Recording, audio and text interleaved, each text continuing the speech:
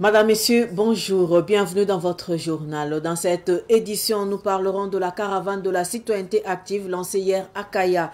Le top départ a été donné par le ministre en charge des sports.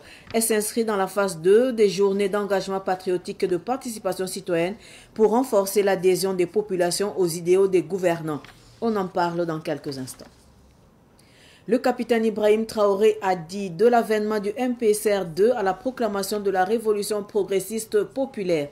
C'est le titre de l'ouvrage qui réunit les paroles du capitaine Ibrahim Traoré, un recueil publié par la présidence du Faso qui retrace les discours officiels du chef de l'État de l'avènement du MPSR2 à la proclamation de la révolution progressiste populaire. Les détails dans cette édition. Le ministre en charge des sports a lancé hier à Kaya la caravane de la citoyenneté active. Une caravane lancée dans le cadre des journées d'engagement patriotique et de participation citoyenne phase 2 pour susciter plus d'adhésion de la population aux idéaux des gouvernants. Plus de détails avec Germaine Faram. C'est dans la ville de Kaya, dans la région de Kulse, que le top départ de la caravane de la citoyenneté active au profit de 4 régions a été donné. Cette caravane pilotée par le Programme national du volontariat du Burkina Faso, PNVB, concerne les régions de Kulse, Nando, Oubri et Kadiogo. Il sera question au cours de cette caravane de vulgariser les valeurs du volontariat. Je suis un directeur général totalement ravi, heureux d'être à Kaya. Parce que la population, en tout cas, a entendu notre appel, ils sont sortis nombreux. Et aujourd'hui, vous voyez, ça veut dire que le chef de l'État a des hommes derrière lui. Et nous avons souhaité que lors de cette caravane-là, faire des points chauds pour mobiliser la population autour donc, des idéaux de la RPP, mais surtout parler du volontariat. Les valeurs du volontariat qui sont le civisme, la citoyenneté, l'engagement volontaire et la cohésion et la paix. C'est le ministre des Sports, représentant le Premier ministre, qui a présidé le lancement de cette caravane. Il était question pour lui d'expliquer les biens fondés de cette initiative à la population, sortie nombreuse, avant de l'inviter à adhérer pour une harmonisation des forces pour un développement commun. La citoyenneté active, c'est s'engager pour le bien de sa communauté, c'est soutenir les projets de développement local, c'est travailler ensemble pour un Burkina Faso plus uni et plus résilient. À travers cette caravane, nous poursuivons 3 objectifs spécifiques. D'abord, sensibiliser nos jeunes sur leurs droits et surtout leurs devoirs. Ensuite, encourager chacun à participer activement à la vie communautaire. Et enfin, promouvoir les valeurs de tolérance, de solidarité et de responsabilité. Après avoir décliné les objectifs de cette caravane, Roland Somda a saisi l'occasion pour lancer un appel à toutes les forces vives des régions concernées. Aux jeunes volontaires, soyez des modèles pour vos pairs. Faites rayonner la citoyenneté dans toutes les communautés que vous visiterez. Aux populations locales, accueillez cette caravane avec enthousiasme, participez et accompagnez nos volontaires pour faire de chaque action un succès. Et à tous les acteurs, travaillons ensemble pour que cette initiative ait un impact durable sur nos régions. Les structures partenaires de ces activités qui se tiennent dans le cadre de la 2e phase des Journées nationales d'engagement patriotique et de participation citoyenne ont reçu des attestations. Pour témoigner son adhésion à cette caravane de citoyenneté active, la population de Kaya a fait visiter au ministre un projet d'embellissement de la ville à la préfecture. Et puis, la 2e édition du Salon panafricain des personnes âgées a pris fin le samedi dernier dans la cour du siège du FESPACO.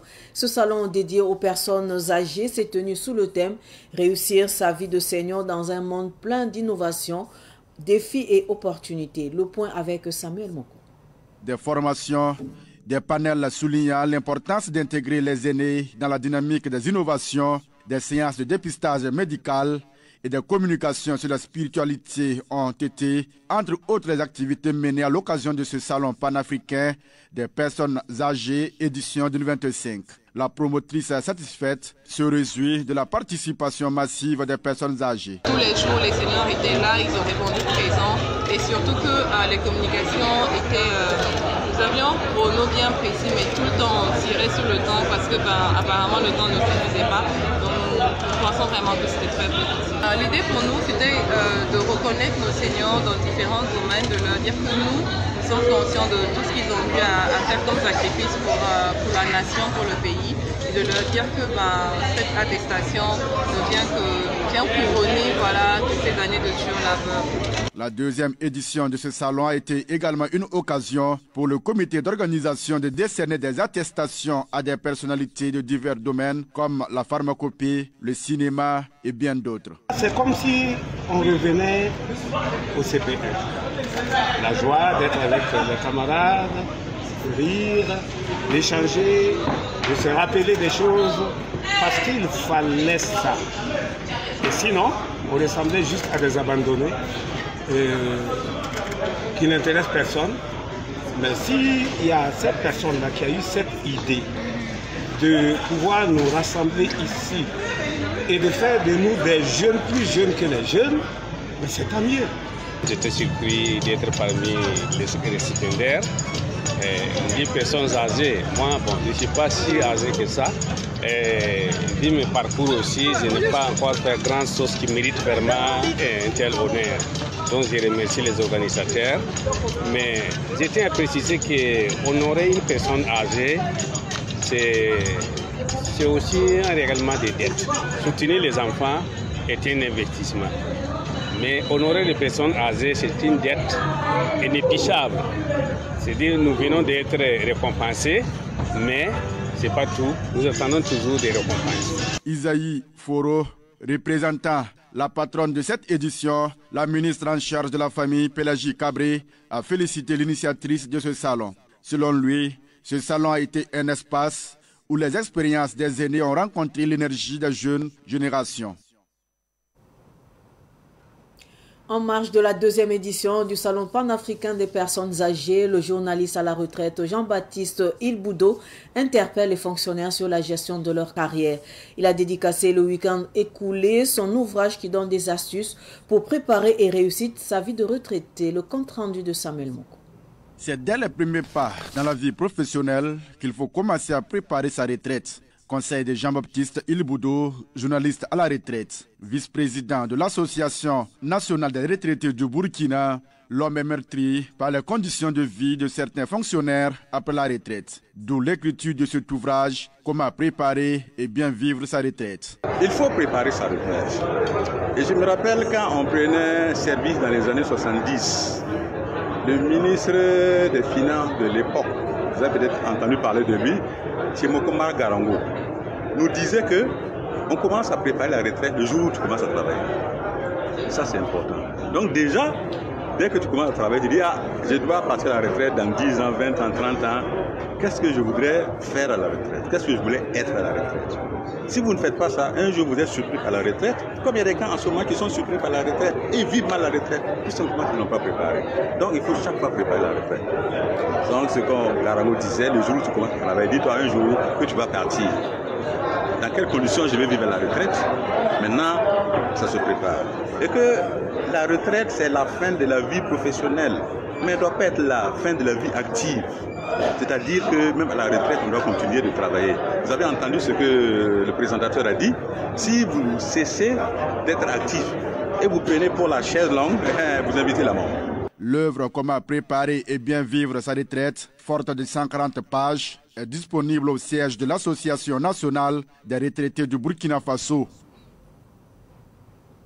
Je le disais également en titre, les discours officiels du président du Faso, le capitaine Ibrahim Traoré, sont désormais compilés dans une œuvre intitulée « Le capitaine Ibrahim Traoré a dit de l'événement du MPCR2 à la proclamation de la révolution progressiste populaire ».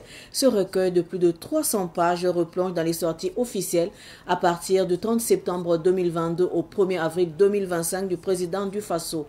Une compilation de la présidence du Faso. La dédicace de l'œuvre a eu lieu vendredi dernier en présence de Daouda Yameogo.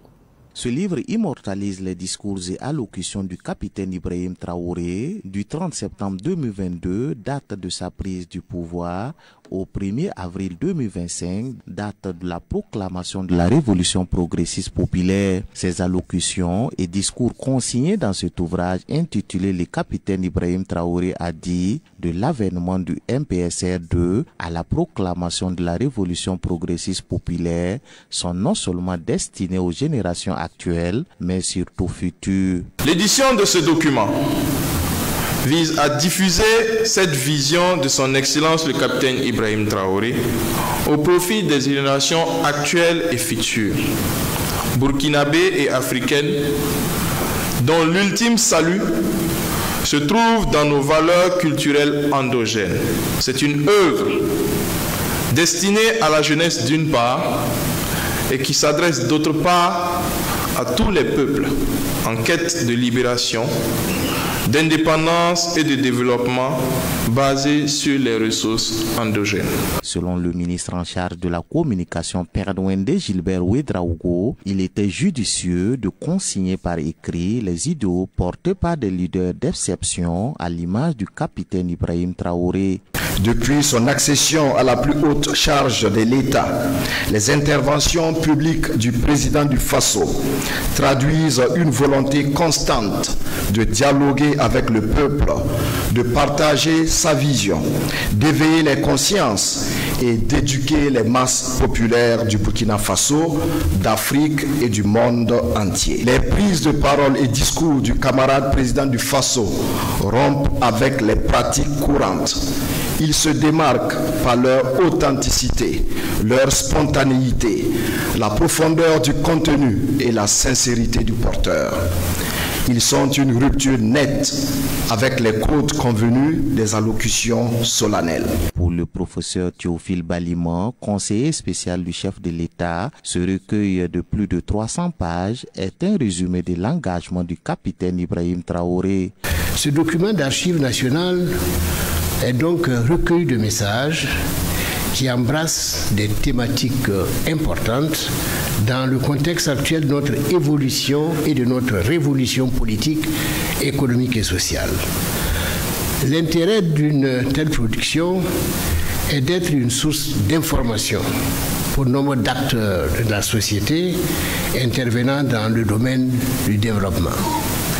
Les historiens y trouveront des éléments pour analyser l'évolution sociopolitique du Burkina et les rapports entre la pensée politique et l'action menée sur le terrain. Les juristes et politologues y puiseront des sources de réflexion sur la nouvelle forme de l'État en refondation.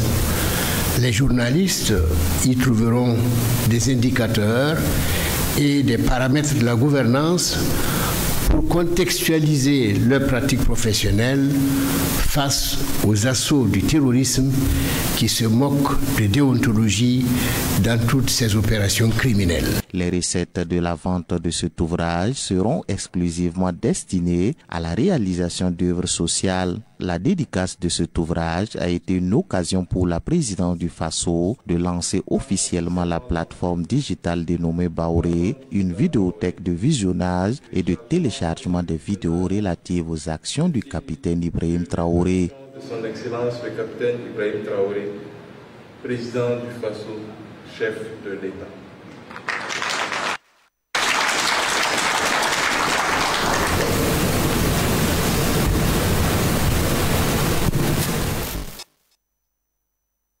À la musique à présent, l'artiste musicien Halal Biga a présenté son tout premier album intitulé Bayiri, une œuvre de 8 titres qui décrypte les mots de la société et propose des pistes de solutions pour une jeunesse consciente et debout. La présentation de l'album a eu le samedi dernier à Ouagadougou. Plus de détails avec Madina Touedraogo.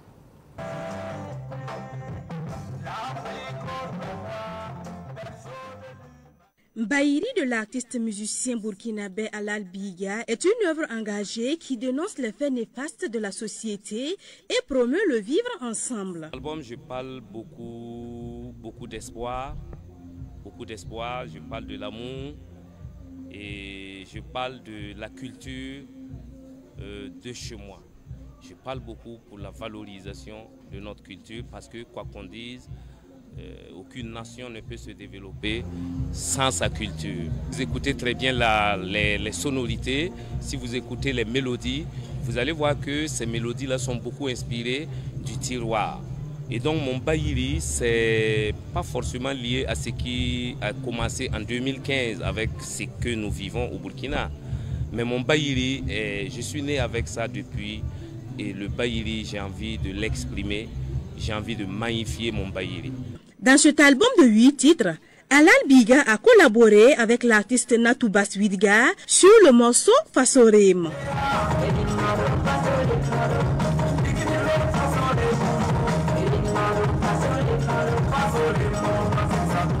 Le parrain de la dédicace Daniel Bonzi a félicité l'artiste pour la qualité de son travail et son engagement en faveur de la culture burkinabé. Là, il est un artiste qui mérite d'être accompagné et c'est pourquoi j'invite vraiment toute la presse à l'accompagner comme il peut. C'est un album qu'il a produit dans lequel tout le monde se retrouve. Les jeunes, les anciens, nos épouses, nos mamans, nos enfants, tout le monde se retrouve dans l'album de Halal. Et c'est pourquoi j'invite en tout cas tous les acteurs culturels qui peuvent l'accompagner, à l'accompagner. Nous continuons de l'accompagner comme on peut, parce que c'est un artiste qui le mérite. Et je pense que demain, vous pourrez apprécier, en tout cas sur le terrain, ce qu'il va donner. Au cours de la cérémonie de dédicace, des attestations de reconnaissance ont été décernées à plusieurs acteurs culturels qui soutiennent la culture burkinabé. Halal Biga ambitionne d'organiser une tournée nationale pour promouvoir son album Bayiri. Il est disponible dès à présent en clé USB.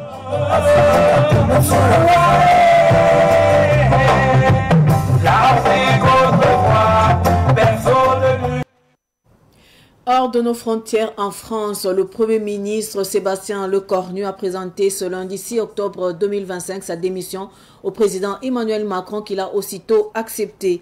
L'annonce a été faite par l'Élysée mais n'a pas précisé l'identité de la personne qui assurera l'intérim ni sur le calendrier de nomination de son successeur. Cette démission survient un mois après sa nomination et au lendemain de la composition de son gouvernement. La synthèse avec Yacouba Kiamtouré.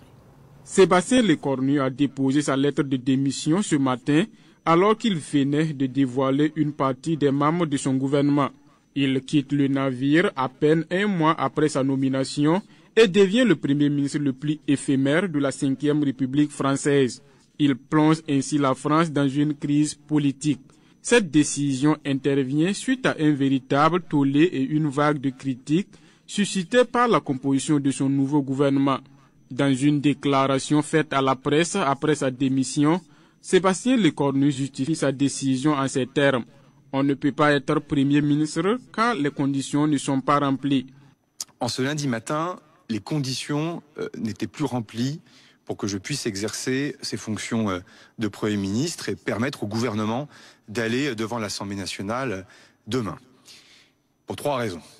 La première, c'est que précisément ces formations politiques ont fait mine parfois de ne pas voir le changement, la rupture profonde que représentait le fait de ne pas se servir de l'article 49 alinéa 3 de la Constitution. C'est-à-dire qu'au fond, il n'y avait plus de prétexte pour une censure préalable. En tout cas, il n'y avait plus de prétexte pour faire que les parlementaires refusent de faire leur métier de parlementaire, c'est-à-dire de discuter la loi, de l'amender, et le cas échéant, de voter ou non un texte. La deuxième des choses, c'est que les partis politiques continuent d'adopter une posture comme s'ils avaient tous la majorité absolue à l'Assemblée nationale. Et au fond, je me suis retrouvé dans une situation dans laquelle j'étais prêt à des compromis, mais chaque parti politique veut que l'autre parti politique adopte l'intégralité de son programme. La troisième des choses, c'est que la composition du gouvernement au sein du socle commun n'a pas été fluide et a donné lieu au réveil de quelques appétits partisans, parfois non sans lien, c'est d'ailleurs très légitime, avec la future élection présidentielle. Il indique avoir travaillé à réunir les partenaires sociaux et les forces politiques pour trouver une solution aux préoccupations des Français sans succès. En rappel, Sébastien Lecornu a été nommé le 9 septembre dernier après la motion de censure contre son prédécesseur François Bayrou. Actualité sportive avant de clore cette édition d'information. Céréales FC est le vainqueur de la 21e édition du tournoi Maracana Jeunesse Unie de Puitenga. Elle a battu l'équipe Enfant du Roi ce samedi en finale à Puitenga dans la province du Kuritinga. Abdoulaye Kinda, reportage.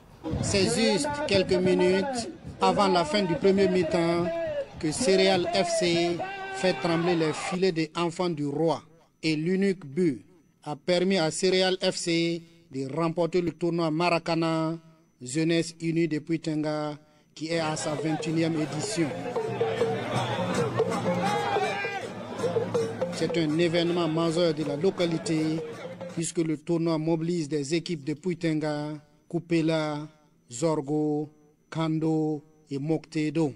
C'est un pari gagné selon le président du comité d'organisation, Moumni Ouedraogo. Nous avons organisé cette 21e édition pour soutenir le président du Faso dans la conquête du territoire national. Le bilan est très positif parce que ce que nous avons vu ce soir-là, on ne s'attendait pas à ça. Nous voyons que de part et d'autre, nous sommes soutenus par les plus hautes autorités de ce pays. Donc ça nous galvanise, ça nous ragaillardit, ça nous donne encore le courage d'organiser encore d'autres compétitions pour la jeunesse de Puitenga. Malgré la mobilisation de la population de Puitenga autour du ballon rond, la ville ne possède pas de terrain de sport défini de ce nom. Les organisateurs du tournoi lancent un appel au gouvernement. Le Puitengalais aime le football. La jeunesse de Puitenga a compris vraiment la portée du football. Et à chaque année que nous organisons, nous sommes obligés de recaler certaines équipes pour pouvoir être dans le délai des vacances, qui est un temps de repos pour les scolaires et puis certains travailleurs. La finale a mobilisé plusieurs partenaires, des opérateurs économiques, des chefs traditionnels ainsi que des membres du gouvernement. Mahamoudou Sana, ministre de la Sécurité, était le patron du tournoi. Vous avez su bien lire la thématique Jeunesse Unie de Puitenga et c'est le message également que nous véhiculons à tout le peuple burkinabé actuellement. Nous sommes dans une obligation de fédérer les efforts, de mettre ensemble, de mutualiser les intelligences pour qu'ensemble nous puissions également avoir un pays paisible, une cité de Puitenga en bonne harmonie avec sa population. Et tout cela également contribue à renforcer tout ce qui est cohésion sociale, également tout ce qui est activité sportive à Puitenga. Alors je profite aussi de l'occasion pour féliciter tous les organisateurs. Vous avez vu la mobilisation, une forte mobilisation. Et je dirais ici que ce n'est pas Céréales FC qui a remporté la coupe, mais c'est la population de Puitenga et c'est tout le peuple burkinabé qui a remporté cette coupe. La 21e édition du tournoi Jeunesse Unie de Puitenga a vu la participation de 33 équipes. Les 2 finalistes ont tous été récompensés.